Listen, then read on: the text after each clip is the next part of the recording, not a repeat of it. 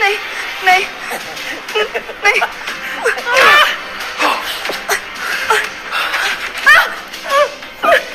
छोड़ो मुझे। कितना तड़पाया है तूने मुझे, आज इतने सालों बाद कैसे छोड़ दूं? विकी की ऐसी बातें सुनकर शनाया को नफरत सी हो रही थी। उसने देखा कि टेबल पर एक शराब की बोतल रखी हुई थी। शनाया ने अपना हाथ आगे बढ़ाया और बहुत ही जोर लगाकर उस बोतल को पकड़ लिया। जब तक विकी समझ पाता, शनाया ने मौके का फायदा उठाया और जाकर कोने वाले काउच के पीछे छिप गई। कमरे के अंदर कुछ टूटने की आवाज सुनकर विकी भाई के बाकी साथी आ गए। पता नहीं शौर्य ने मुझे क्या पिला दिया है, मेरा सर दर्द से फटा जा रहा है। एक बार इस बदमाश आदमी की चुंगल से निकल जाओ, फिर उस शौर्य को देखती हूँ। उन्होंने अपने बॉस की ऐसी हालत को देखकर पूछा, भाई अब ठीक है ना? मैं ठीक हूँ, मामूली चोट है। तुम जाओ और जाकर उस चिड़िया को पकड़ो, बहुत फड़फड़ा रही है साली। जाओ। शनाया कहीं भी नहीं थी। विकी भाई ने पैनिक करते हुए अपने साथियों से कहा, कहाँ गई हो? कहाँ गई शनाया? उधर देख, उधर। ए, तू बाहर जा, बाहर जा। अरे ढूंढो उसे, अगर वो बाहर गई तो मुसीबत हो जाएगी। ढूंढो सालो। वैसे तो शनाया धीरे धीरे अपना होश खो रही थी, लेकिन जब उसने सुना कि सब उसे बाहर ढूंढ रहे हैं तो शनाया की जान में जान आ गई। मेरा फोन और पर्स कहाँ है? मैं आहान को कॉल करती हूँ, वो जरूर मुझे इस मुसीबत से बाहर निकालेगा। जैसे ही ये ख्याल शनाया के मन में आया, उसने धीरे से अपना चेहरा बाहर निकाला और अपना पर्स देखने लगी। वो गुंडा और उसके साथी का इधर ध्यान नहीं है। मैं धीरे से जाकर अपना मोबाइल ले लेती हूँ। वो डरते डरते धीरे से पीछे से बाहर निकली। शनाया रूम के बीचों बीच पहुंच गई और उसने हल्के से अपना मोबाइल फोन उठा लिया। फाइनली शनाया की जान में जान आ गई।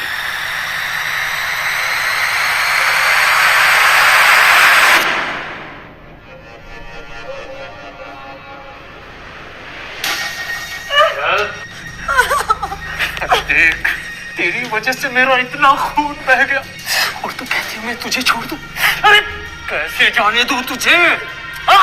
थोड़ी ही देर में विकी भाई और उसके सभी साथी शनाया को घेर कर खड़े थे। विकी भाई, इस लड़की को ऐसा सबक सिखाना पड़ेगा ताकि ये जिंदगी भर आपको याद रखे। हाँ ठीक बॉस। क्या बोला? नहीं छोड़ना।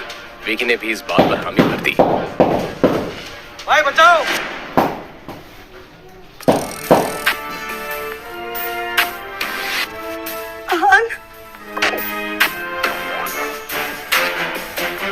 क्या ये लड़का शनाया का पति है?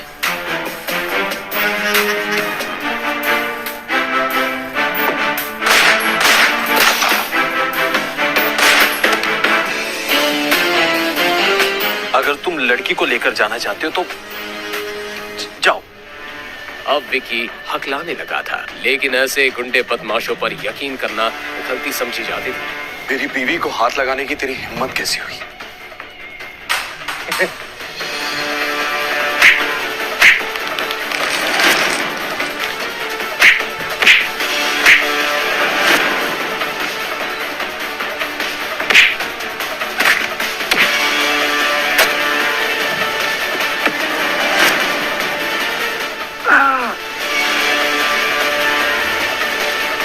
कुछ देर पहले आहान लंच के लिए घर ही जा रहा था, मगर तभी उसका फोन बजा। कॉल मिसेस यामिनी गिल ने किया था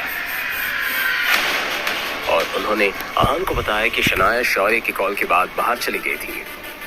एकदम से आहान की आंखों के सामने शौर्य की वो मुस्कान आ गई और सब कुछ आहान की समझ में आ गया।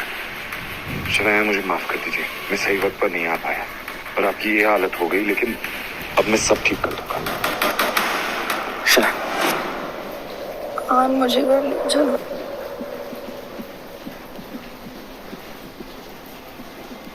अपनी बीवी की ऐसी हालत देखकर आहान के दिल में नरमी छा गई। उसे अपने सीने में दर्द सा महसूस हुआ। आहान ने आंखों में गुस्से की जलती हुई आग लेकर रॉकी की तरफ देखा। रॉकी की सिट्टी पिट्टी गुम हो गई थी। मेरा पट्टा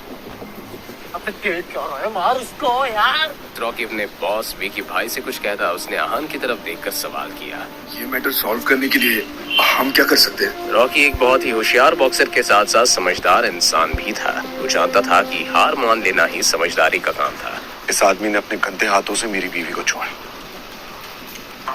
राइट हैंड या लेफ्ट हैंड? वही हाथ। आहान वहां ज्यादा देर तक नहीं रुका और शनाया को अपनी बाहों में पकड़कर वहां से ले गया।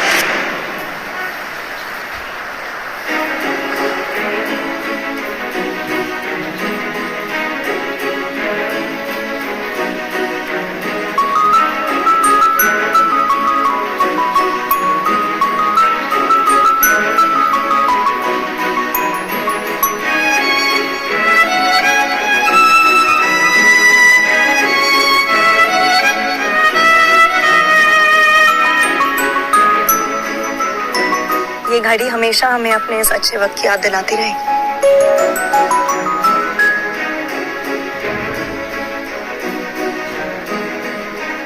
कुछ देर के बाद आहान और शनाया के घर में शनाया बेड पर लेटी हुई थी। आहान परेशान होकर शनाया की बंद आंखों की तरफ देख रहा था।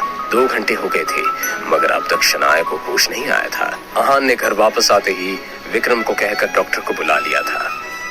डॉक्टर ने आहान से कहा था कि कुछ देर के बाद शनाया को होश आ जाएगा, लेकिन अब तक शनाया के चेहरे में कोई बदलाव नहीं आया था। मिसेस यामिनी गिल अपनी पति शेखर गिल का ख्याल रखने के लिए आज रात हॉस्पिटल में ही रहने वाली थी, इसलिए आज घर में बस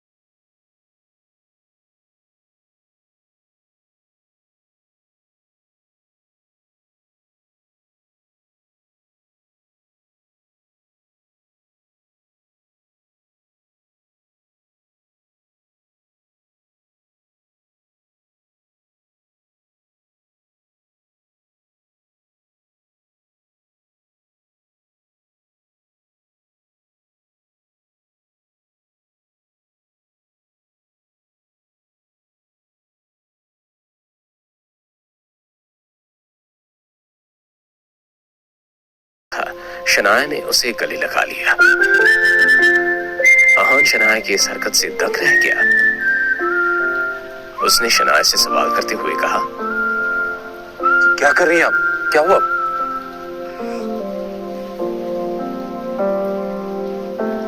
अभी मैं बहुत डर गई थी,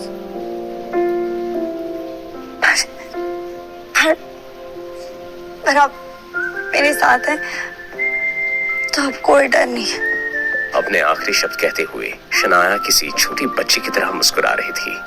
मैं हमेशा आपके साथ हूँ, आपको डरने की कोई जरूरत नहीं है। ये सुनकर शनाया को अलग सी राहत मिली, मगर अगले ही पल शनाया ने जो कहा उसे सुनने के बाद आहान बेचैन होने लगा। शनाया ने आहान से कहा, भाभी मेरी ड्रेस चेंज कर दो ना। शनाया को क्या हो गया था? अब आहान क्या करेगा? जानने के लिए सुनते रहिए पॉकेट FM।